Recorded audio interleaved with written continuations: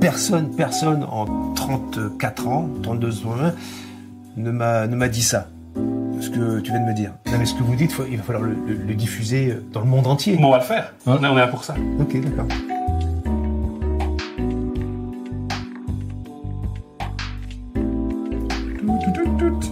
Bonjour. Bonjour Philippe. Bonjour. Ça va? Très bien, bonjour. Eh ben on l'a fait. Hein. On l'a fait. Putain, on l'a fait. On a fait l'épisode avec Philippe Vasseur. T'as trouvé ça comment? De travailler avec Joseph, L'équipe. avec la fine équipe? C'est cool. Ouais. Ouais, vachement cool, ouais. Pas été déçu? Non. Moi, j'ai eu la trouille comme tous les tournages, mais ça s'est bien passé. Donc, ouais. Petite pause, je zoome et après je vous coupe la tête. C'est bon, maintenant vous pouvez. Hop, je vérifie. Voilà, c'est bon, je touche plus à rien, vous êtes libre. Oui, bah. On a été un peu émus, hein. Enfin, moi en tout cas. Hein. Moi, j'avoue. Non, si. Fantasme réalisé dans ma vie. Non, mais c'est vrai, sans déconner. Ah, ouais. On a regardé. Enfin, moi j'ai regardé la prise, ça commençait et. C'est pas que je savais pas hein, que t'allais être génial. Hein. Mais. Non, mais sur. Putain. Il y a eu une petite émotion. Si, il y a eu vraiment une petite émotion. C'est entendre les mots sur ta voix, enfin ta voix sur les mots.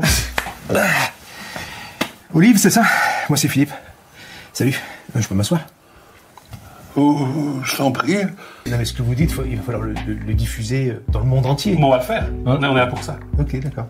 Ah. Ben oui, non, mais on plaisante même pas, c'est ça. Non, c'est vrai, ça faisait très longtemps qu'on avait envie de tourner avec toi. En plus, on a déjà écrit plein de scénarios. Oui, on a eu des histoires avec nos scénarios, mais où il y avait Olivier et toi dans des scènes. Et donc de vous voir tous les deux sur le canapé jouer ensemble, c'était cool. Ouais. J'ai senti beaucoup d'émotions, moi. Oui, vraiment, ça. Et donc, toi, au niveau. Parce que bon, moi je t'ai appelé, hein. On se connaît ni Dave, ni Dadan. Ni Dadan, ouais. Et t'as dit oui direct. Qu'est-ce qui t'a. J'ai dit oui après avoir lu le texte. Pratiquement. Après oui, avoir très vite. Enfin, oui. Le texte, hein, le texte, et puis ta façon extrêmement bienveillante d'amener la chose, ça fait du bien, ça. Je suis en demande de ça, d'être entouré de gens cool et passionnés, parce que vous êtes des vrais passionnés. Donc voilà, c'est ça qui m'a fait bouger mon cul. Il y a moyen de bien délirer ici, hein. Il y a eu la même bienveillance de ton côté. Hein. Après, pour moi, c'est normal. C'est un peu comme ça que j'ai envie que les choses se déroulent. Mais... Ouais. Et c'est pas toujours le cas, donc c'est bien. Je suis content. En te voyant jouer, on se demandait comment, en fait, pourquoi on t'avait pas fait plus jouer. Parce que, en l'occurrence, t'as été excellent. Je le savais qu'il avait un destin. Giacometti, Rodin, Joseph Koons. Non, c'est un mystère. C'est un mystère, oui. Je ne peux répondre que ça. C'est un mystère. Je sais pas. Quand tu dis que j'ai été excellent, c'est super gentil. C'est super gentil. Tu as vu que le texte était un peu. Enfin, je veux dire, le texte est un peu. Ouais, voilà. c'est pas le texte que j'avais l'habitude d'apprendre. Ça, c'est clair. Mais tu l'as très bien interprété. Parce que je l'ai beaucoup travaillé, parce que je l'ai beaucoup appris. C'est super important. C'est pas Olive qui va te dire le contraire. Hein. C'est bien. Moi, j'ai pas d'explication pour expliquer pourquoi tu n'as pas tourné d'autres rôles et plus d'autres choses. Mais pendant la prise, moi, je me suis senti, j'ai senti que c'était injuste. En fait. Moi, c'est ça juste. Je trouve ça injuste que tu n'aies pas pu jouer plus de choses quand on voit comment ça se passe sur le plateau de manière aussi évidente et rapide par rapport au texte, la manière de comprendre un texte, la manière de te déplacer. C'est des petites choses, mais directement, on voit qu'il y a du métier. Et c'est dommage de... Mais on le voyait déjà même au début. Enfin, peut-être pas dans les tout premiers épisodes d'Anne et les garçons. C'est clair. On va être totalement honnête. Mais quand on arrivait déjà au miracle de l'amour, il y avait vraiment, je trouve, une spontanéité, une manière d'interpréter un texte pas uber sexy, de manière quand même hyper vivante. Et moi, c'est toujours un truc que j'ai ressenti, hyper vivant. Je sais pas, moi j'ai l'impression que dans une série avec des dialogues pas faciles, il y avait quand même, il y avait Donald, quoi. Moi, José, c'était Donald, en fait. C'est le mec méga gonflant, toujours hyper énervé, mais qui en même temps t'aime un peu bien, parce qu'il a une sorte de spontanéité, C'est toi, tu veux pas qu'il lui arrive. Voilà, tu veux pas qu'il lui arrive des merdes, tu vois. Et puis un phrasé aussi. Moi, j'adore le phrasé avec une gouaille un peu titi parisienne, en tout cas dans l'accent, en tout cas. On a l'impression de sortir un peu des fois d'un vieux café enfumé d'Audiard. Mais moi, c'est un truc que j'aime vraiment beaucoup. Et c'est un truc, c'est pour ça que j'ai jamais compris pourquoi. Enfin si, je me doutais des raisons, mais je trouvais ça que voilà, c'est injuste. Parce que je sais pourquoi, je sais qu'il y a les cases, je sais qu'il y a les machins. Voilà. Personne. C'est dommage. Personne en 34 ans, 32 ans, ne m'a dit ça. Ce que tu viens de me dire.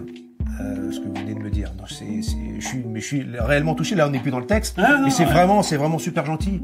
Mais j'ai pas de réponse. Donc, mais je me doute que personne n'a dû te le dire parce que c'est vrai que sinon t'aurais eu les rôles. Sinon t'aurais eu les rôles. Mais c'est vrai que parce que toi, nous tout notre jeu par rapport à mes productions, c'est qu'on n'est pas complètement dupe non plus. On aime mes productions pour des fois parce qu'on aime vraiment bien premier degré et très souvent parce que ça nous fait marrer, tu vois. Mais il y a des moments et en fait, ce qui est super intéressant, c'est quand tu commences à devenir un peu sitcomologue, parce qu'il y a un site qui s'appelle la sitcomologie de la Quand tu deviens un peu sitcomologue, donc des gens vraiment qui analysent des trucs AB de manière très sérieuse, avec vraiment un travail presque journalistique, pour retrouver des comédiens, c'est qu'à un moment donné, finalement, en fait, tu vois entre les lignes. C'est ça qui nous est arrivé. C'est qu'à un moment donné, c'est là qu'on s'est dit, moi au début, je me disais juste, je vais regarder pour me marrer, ça me fait. Et en fait, au bout d'un moment, je me suis dit, mais non, il y a vraiment des comédiens, des fois, qui se cachent là. Tu vois, c'est vraiment chouette, ça qui nous est arrivé. C'est qu'il y a des comédiens. Alors, je ne veux pas dire qu'il y en a 2 millions, tu vois, mais il y en a quand même. Il y en a, tu vois.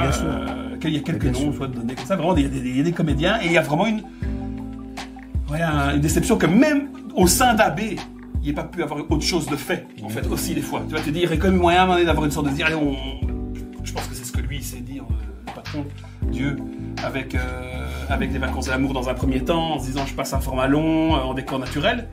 Mais au niveau des... Et ça fait un carton. Bah, en fait, c'est ça l'a jamais motivé à faire autre chose, en fait. Il a axé sur comment dire, l'action plus que sur le texte. Et c'était vachement bien. Parce que voilà.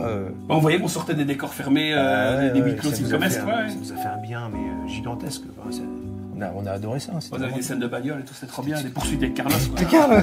Des poursuites avec Carlos, mais Carlos cafetière. Carlos en mode vigilante, quoi. Carlos avec un flingue, putain, c'était bien. Carlos qui se bat. Ouais. Non, il y a vraiment, voilà. Là, il y a un blanc. Non, mais ça, moi, tu as quelque chose à dire? Tu as un vrai truc intelligent à dire? Non, c'était très intelligent ce que tu as dit. Non, c'est pas, y a pas de, enfin, si, on peut trouver une cohérence à tout ça, hein, parce que. Oui, il n'y a pas de fatalité, parce qu'on va essayer de faire des choses. Mais oui. On va essayer notre petite. Je crois que j'ai entendu une interview juste avant de te contacter, et j'ai entendu une interview, je crois que c'était avec Patrick Puydebas qui parlait avec toi, et une vieille interview où il disait que ça allait servir à quelque chose. Enfin, tu vois, que ça allait payer à un moment ou à un autre. Parce que c'était chez Jean-Luc Delarue et il y avait et il a dit ça va payer un jour ou un autre. Et là, je me suis dit c'est peut-être ça. Un jour. C'est peut-être ça. On est peut-être arrivé.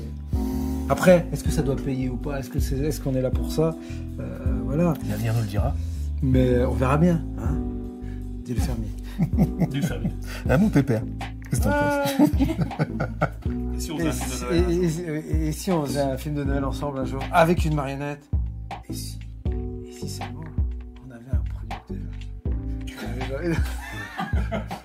Un budget? Non, c'est pas ça. Jean-Luc? Il faut la phrase de Sarkozy à Cécilia, là. Si tu reviens, on oublie tout. Jean-Luc, tu produis, j'aurais bien refaire un épisode. Ah ouais. Ah, c'est bien, c'est gentil. Il y a quand même un sens de sacrifice. Salut. Ouais, c'est très bien, ça. Merci beaucoup.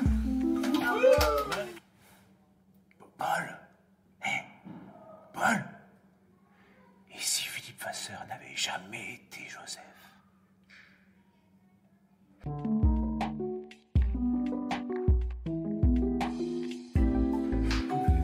Très bien. Oui, tu peux. Avec une autre, un peu de à la fin, c'est un peu. Vas-y.